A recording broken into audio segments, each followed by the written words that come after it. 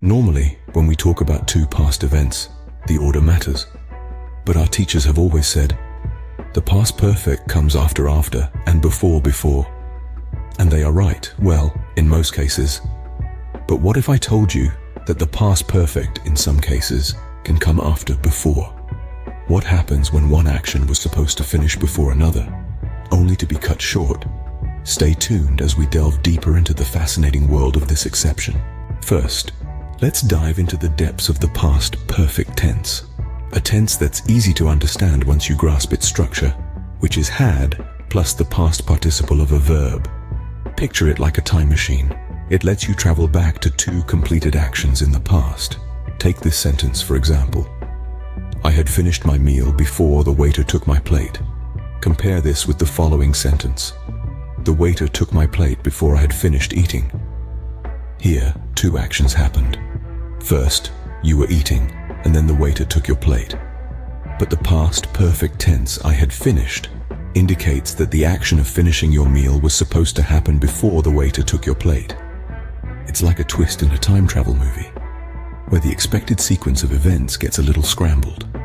So the use of before, followed by the past perfect tense, helps us express a more nuanced timeline of past events, giving us the power to hint at what should have happened first.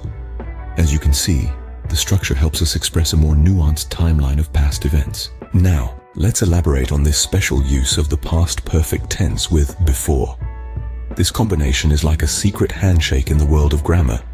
It's a way to indicate an action that was supposed to finish first, but was interrupted by another. Picture this.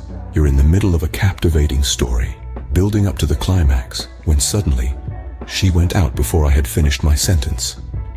Here, the action of finishing your sentence was interrupted by her leaving. The past perfect tense, I had finished, paired with before, perfectly captures this interruption. Or consider this. The teacher took my answer sheet before I had finished answering a single question. You're starting to brainstorm your answers when, poof, your sheet disappears. The past perfect I had finished is again interrupted, this time by the teacher taking your sheet.